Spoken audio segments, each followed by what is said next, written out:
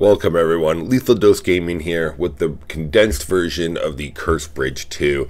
If you want to see the full playthrough, full walkthrough, there'll be a link in the description or in the comments, as well as a little clicky thingy up in the left here. Before we get too close into this game here, small favor to ask, if you enjoy this kind of content, subscribe. It's a small click for you, but a big click for me. Now with that said, turn down those lights, and let's try to find some highlights of this game here. We're going to be starting off as an investigative journalist. You start off here watching a movie. You think it's going to be a movie for this game that I'm about to play, but I don't know. Could be right, could be wrong. It doesn't really explain too much. This is a trailer for the Hexed School or something. I don't really remember what they called their movie. A bunch of university students made this movie right here, and so far I'm just going to say the story that we get in this trailer is by far better than the actual story that we got in the game. So sad to say this doesn't really happen, but yeah, this game is 95% cutscenes. It's very, very little gameplay, which again, very, very disappointing. But like, so far, this little intro trailer is building a fantastic cutscene, a great atmosphere that we don't really get to enjoy, because the game is really just kind of summed up in one scene right here, to where I wish it wasn't, but it is. And I really hate to be the bearer of bad news for everybody that was hoping to play this game. But this game is really a stealth simulator. There's you spend a lot of time crouching and running. Those are your two main things. This screen right here sums up the game. Stealth. Watch out for this icon and just hide from everything and then run from everything. When this game first got launched, like a lot of people are comparing it to the events that happened at the Cecil Hotel. For those of you not too familiar with it, here's the clip. This clip right here, we see Elisa Lam, I believe is the student's name, from Vancouver, who goes missing. And the events of this right here heavily inspired this game. That's what a lot of people are saying. After seeing this clip, watching the Cecil Hotel review, and the documentary on Netflix, 100% agree that the following footage right here definitely inspired this tape scene and kind of this whole game's premise. This individual right here, you know, just checking it out, completely doing the exact same premise that we just saw from like the real life tape footage, real life event there, almost like identical. So they definitely took a lot of inspiration from this real life event for sure. Definitely tragic. If you guys haven't seen that documentary, check it out. Super creepy. A lot of mystery left around that documentary. It still hasn't been solved. Nobody really knows what happened to that student there, which is so bizarre. The teaser that was set out for this game really gave it a different kind of feel. It painted a different picture of something that we never really got. This scene right here was my first experience with the game, and it got me. I'm stuck inside the elevator! I could not wait to play this game after I saw this scene right here. What in heaven's name are you still doing here? What's your name? Ting. Help! Please hurry! There's a ghost out there. She wants to eat me. Blood. There's blood everywhere. I'm gonna die. She's going to kill me. Her neck is broken.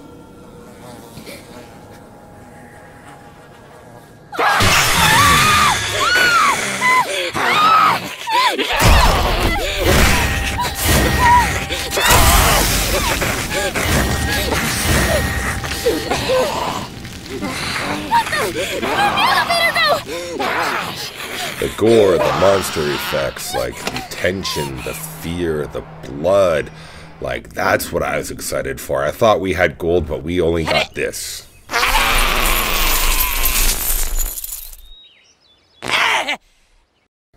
After the game takes a shit and a dive for what I feel could be the turn for the worst, we're introduced to the characters that you're going to be playing as for the rest of the game. I don't really care about any of their names because the game didn't give me enough backstory to me emotionally invest in their well-being. So I just called this blonde girl OnlyFans throughout the rest of the game because, like, let's be honest, she probably has an OnlyFans. Richie, who's one of the main characters, he's super thirsty for this girl, so I just called him Thirsty Boy because, again, I couldn't really care who they were. And then we got this other guy here. I think his name is Doc, but I just called him Mustachio, and you'll find out in a second. Yeah. Like, these are the main characters. You put these three, like, fucking joke of characters in a, like, spooky game that's supposed to be developing this great atmosphere, this tension, this, like, terrifying events, and then you're stuck with these three fucking dummies that are literally nothing but, like, comic relief. Like, this guy right here twirling his mustache, like, nobody likes you, and you're nothing but comic relief. Like, I could care less about, like, and, like, exactly, well, dickhead. I could care less about what any of these characters' backstories are, what their names are, because nothing about them has got me emotionally invested to see if any of them survived, which, like, I don't know. I wish none of them did, because, like, this is how far, like, the hype train is going down. Like, I was on, like, a 10 out of 10 when I saw that first scene. Like, it instantly got wishlist, but as soon as I started playing it, like, the hype meter just started slowly going down and down and down.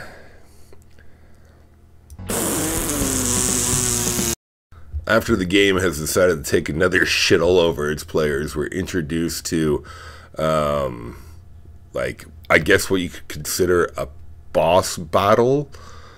But, again, they haven't really painted any kind of terrifying atmosphere.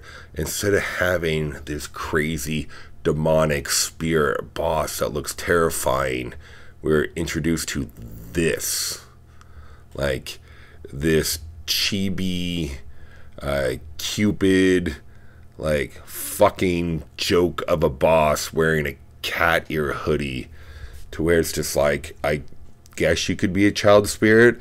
I don't really fucking know. Like, you kind of came out of nowhere. Nobody ever hinted that a child was killed at this school and their spirit was stuck there forever. It's just kind of like, hey, I decided to let my 6-year-old child design most of these enemies, so we'll put them in the game. Which, not cool at all.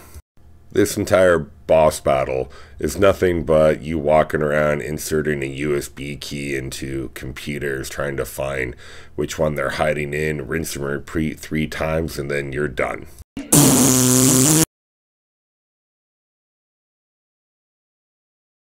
So after this game starts to destroy any kind of, I don't know, faith or hope that I had that this game was going to be good, we get this right here. Terrifying spooky ghost having a temper tantrum, just throwing itself on the floor. So, like, again, this game does nothing to save itself. There's no grace left in this game. There's no, like, there's nothing saving it. And, like, unfortunately, I had played too long for Steam to even refund me. So, like, I'm stuck literally playing this piece of shit, because my attitude is like, well, I guess I just spent my money. I might as well play in the hopes that, you know, maybe this game gets good. But, like, again, at this point, you're kind of invested in the story, but you really don't give a fuck. Like, I hope people watching my video literally do not buy this game. It saves them money. Right now, I'm just trying to save you money. I went through this pain to save everybody watching money. So, like, I'm trying to do everyone a favor here. Like, if a game's good, I'll tell you a game's good. But if a game is shit, I'm going to tell you a game is shit. Like, I don't want people to go and spend their money on a shitty game and be like, hey, like, why didn't you tell me this game was shit? Like again, so far, the game is bad. Please save your money.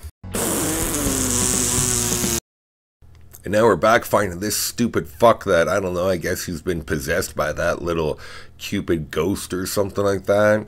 He's got this stupid fucking lipstick on his face, like, acting just like a child. Like, there's too much comic relief in this game and not enough things that build this atmosphere. Whatever atmosphere the developers just tried to build, they literally just like shit all over it by having these characters in here. Like, this character is possessed by a ghost. Why not have him like exorcist girl crab walk around and be terrifying, or like chase you, as opposed to like jumping around like a fucking idiot with his mustache on? And like, I don't know. It's just like everything about these characters is just kind of like, I feel like they were just pulling random words out of a hat for everybody's character trait, and like annoying and like funny and stupid. Like, those are the words they just kept pulling out, and they're just like, yeah, okay.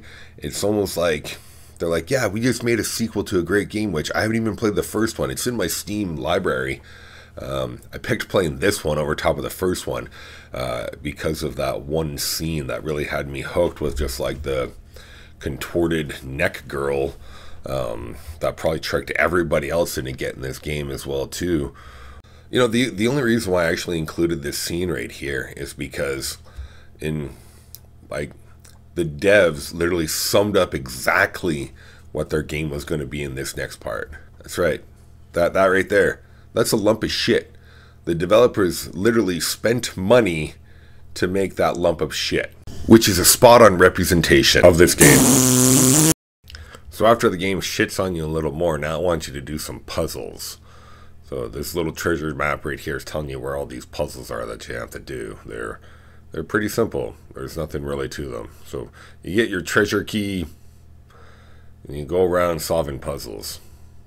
These puzzles right here don't really add any tension or any sense of urgency. You can literally just kind of walk around trying to figure out how to solve the puzzles. 412 is the combination. You don't even need to look at the wall. Just watch my video. So after the game shits on you a little more, we have to do another puzzle. I think that one's like Sudoku. I don't really know how to pronounce it. 4, 3, 2? Yeah. That's the combination. 4, 3, 2. Open the box, get another piece of MacGuffin for something, and let the game shit on you a little bit more. Now we have to do our third puzzle. It's just kind of like a follow the lines and match the shapes and something. But here's the combination. 2, 3, 1. So use that right there. Get another piece of MacGuffin that you need for some kind of puzzle. And, you know, just let the game take another shit on you here. So after the game is done shitting on your eyes, your ears, your mouth, you get to do a little Ouija board here that I don't really know. Until this point, it doesn't explain why we're using this Ouija board. We just kind of am. You know, you put some crazy mark on it. Now you're talking to this Ouija board here, but like, again, the game is shit. Alright, so after we talk with that Ouija board here and do a bunch of stupid shit, we get into kind of like what could be the best part of the game. Yeah, we're going up against here the mad ballerina, but don't let this part fool you. Even though the butts of these mannequins are super well defined because they do squat day every day, it kind of takes a turn. You know, you think, okay, cool, crazy boss fight. What do I have to do here to beat this person? What kind of puzzle? Okay, she just fucked that mannequin up. Okay, but her butt's still good. Okay, we're fine. We got all the butts still good. What do we have to do? Nothing. You don't have to do anything. It's a stealth section. So after you stealth around, now you actually have to do what could be maybe a real boss fight, but it isn't. So walk over here, you look at this, you pick up a head. Everyone needs a little head. Leave that joke in. You get to watch cutscene, because this game is 95% cutscenes. They're talking about something that an accident, that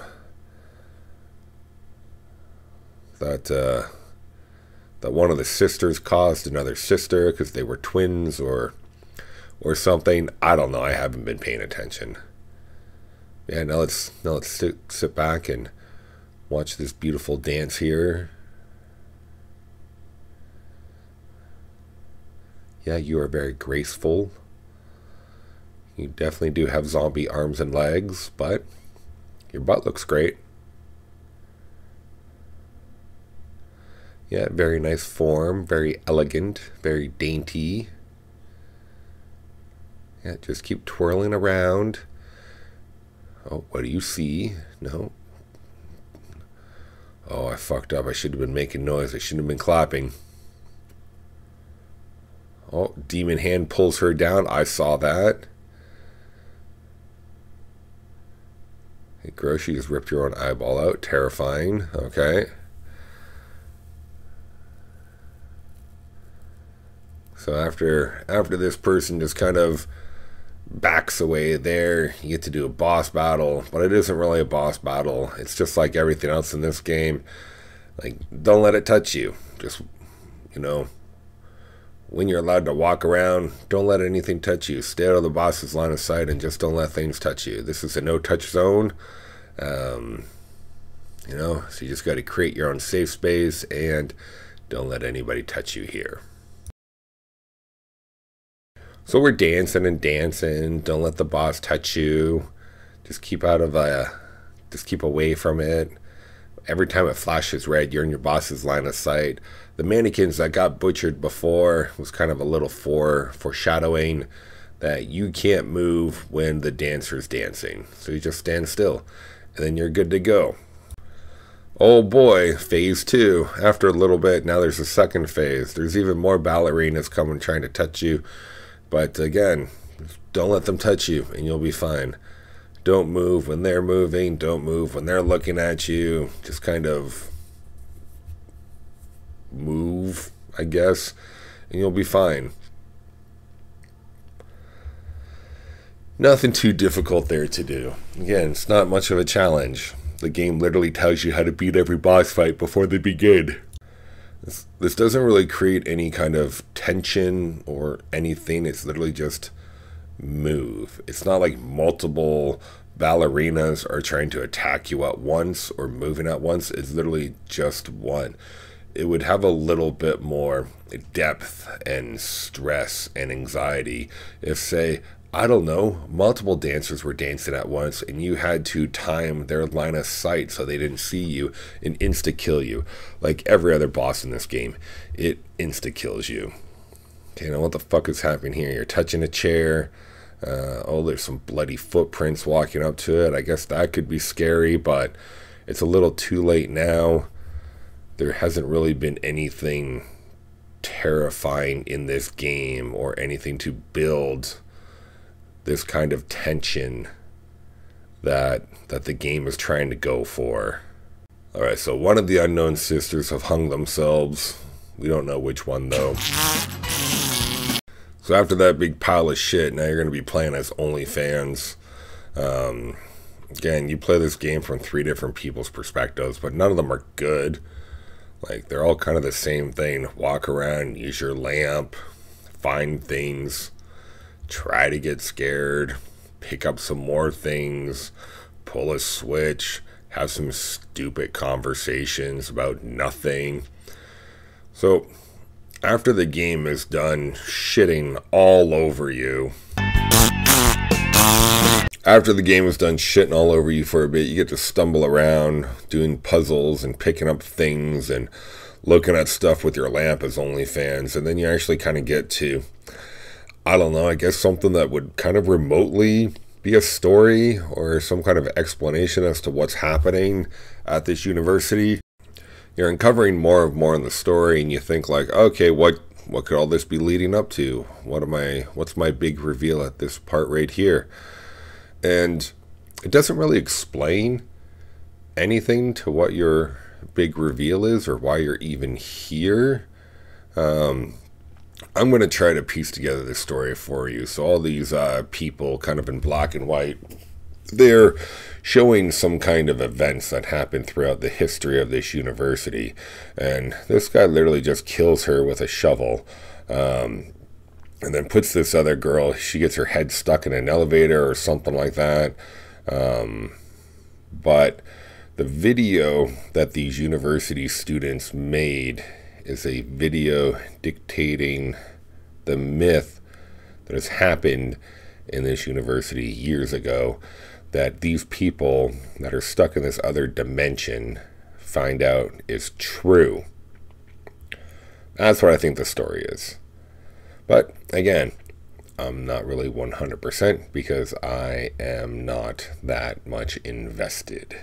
At this point, I'm just waiting for some of these characters to die for this game to get good.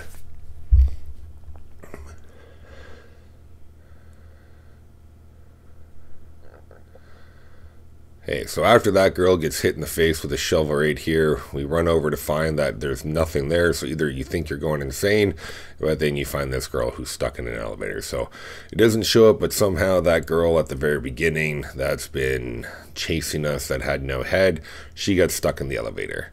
And then this girl right here, after getting hit in the face with a shovel, she looks totally fine and she's crawling around. So... and I don't know what the disclaimer at the front of this video game was trying to warn me of, because so far I haven't seen any of this. And now the Dark One shows up, and this is my opinion on him. Oh, it's bad. Excuse me, kids, I need to run. So after running from the Dark One, which was another joke of a boss, I don't even need to show you what happened, because like, it's not a boss. It's again just... don't let them touch you and just run around. I think I was about 2 hours into this game when the very first jump scare happened. And I think the only reason why it happened is because this game does such a great job at making you lower your guard because you think you're playing a joke, that it's just like, okay, now let's get serious for 1 second. After you pick up this lipstick, and you realize that the blood all over the wall has been nothing but lipstick. You get a jump scare, like one jump scare. And at this point, I didn't even care if the game had put it in, because we're too far too late. Really, really too late. So move this thing over, which, again, you don't get to move anything over. It's a cutscene where your character does everything, because this game is 95% cutscenes, 4% bullshit, and then 1% gameplay. You climb up here very painfully, which I didn't even see you put your lamp down, so you must have put it down somewhere, or I wasn't paying attention. And then you get your first jump scare right up in here. And I'm sorry if I'm spoiling the magic for everybody, but this game has killed all the magic about half an hour into it, and you will understand if you are brave enough and didn't listen to any of my warnings and you play this game. And jump scare now. Like, that monster design is super, super cool. Like, why couldn't we see more crazy shit like that? But, like, instead, we're forced into another stealth section, which... again, that's all of this game, and here's my opinion. Okay, can somebody give me some paper towels? Or maybe a... okay. Oh, it's fine. Oh, fuck, now we get to play as Mustachio, and for those who forgot who he was, it's this guy.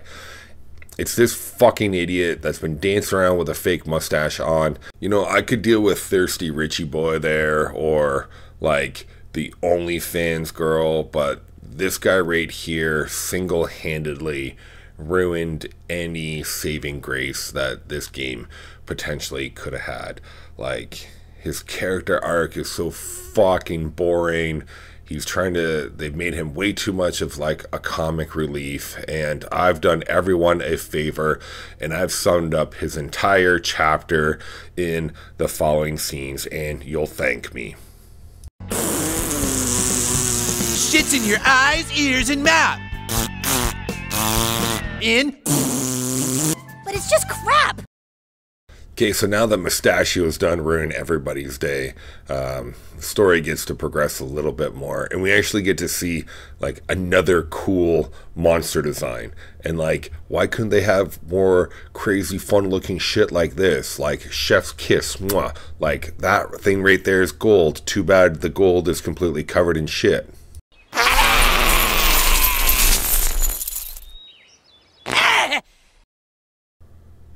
So after you run away from the Dark Lord, yeah, I know, I get it. It's another running scene where just hold down the W key, go forward, you'll be fine. Don't let him touch you. Don't let Dark Lord Bad Touch find you, and you'll be fine. But now I think we get to like one of the best parts of the game here, where one of the developers stepped in and said, hey, you know what? We got to do something to try to save this. Like, this is getting really, really terrible. But Doc falls. OnlyFans girl Duck, she doesn't get her head ripped off. That's okay. But fuck yes, Richie's dead. Good. Now we're only down to 3 stupid fucking characters ruining this game, which I'm okay with. So now we get to play back as OnlyFans, and the majority of her chapter right here is hiding and running and picking stuff up. So you know what? We're going to skip all of that because it's boring as fuck and nothing really happens. We're going straight to the Gates of Chaos. Why they're called the Gates of Chaos, I don't know. First time this thing has ever been mentioned into this game here. They've never once hinted at Gates of Chaos before, or even, I think, mentioned the word chaos before, which I don't know. At this point, I'm just as confused as everybody else is. This sergeant guy right here who only wears his sunglasses at night, like, he was a bad guy, then a good guy, then a bad guy again, then a bad guy, then a good guy, and now he's the true hero of the game. He saves everything, which I don't know. Like, again, I feel like they were just throwing shit at a wall and seeing what stuck, and then said, hey, we'll just make that into the game. But after you get some MacGuffin for another kind of cursed thing, the door opens, and don't worry, he's not dead, which I was very disappointed that he didn't die. Just when you think it's about to end, Dark Lord doesn't get to do any bad touching. He gets killed. Right now, that's the second thing that's died in this game. The first thing was Thirsty Boy Richie. But, you know, again, like, we're just at some big disappointment. Like, you don't even get to do anything for the final cutscene. There is no final boss that you get to face. It's just like, grab these 2 things, run away from him twice, and then put that in the door, and the door opens up, and the sergeant sunglasses gets to become the hero. He picks up the lamp after he says, you hold on to this lamp, it'll keep you safe. He leaves with the lamp, so now I'm not safe anymore. Like, I don't know, that the game is just so fucking badly written. Like, it's terrible. And if you've made it this far into my review, please consider subscribing, because I promise you there's a lot better games out there than this one, where now we get a happy ending. You know, Richie's dead, Sarge is the hero, you've got a bracelet, and like we're good here. We're coming to an end. The Sarge is being the hero that he was always born to be, even though he chases you like 3 times in this game as an enemy. Like, I don't even know. Like, at this point, like, I'm tired, and I'm very glad this game has ended, because I wish I would have taken breaks as opposed to playing this all in one sitting. I don't think I would have went back to it, though, if I would have taken any breaks, because it was bad. And I'm going to spoil something for you here too. After these credits roll, there's a post-credit gameplay cutscene where, you know what? I'm not even going to waste everybody's time by showing it to you because it's just a waste of time. And I don't think you'll get those 6 minutes of your life back. So thank you everybody for watching. We're going to end this review right here. I gave this game 3 out of 10 just because it had some cool creature effects and it tried. It got 2 points for the creature effects and 1 point for trying, but everything else was just nothing but a pile of shit. If you enjoyed this video, or if you want my honest opinion about some more games, consider subscribing. It's a small click for you, but a big click for me. Thank you everybody for watching. I'm pretty sure the demon was pleased with this game, and we'll catch you on the next one.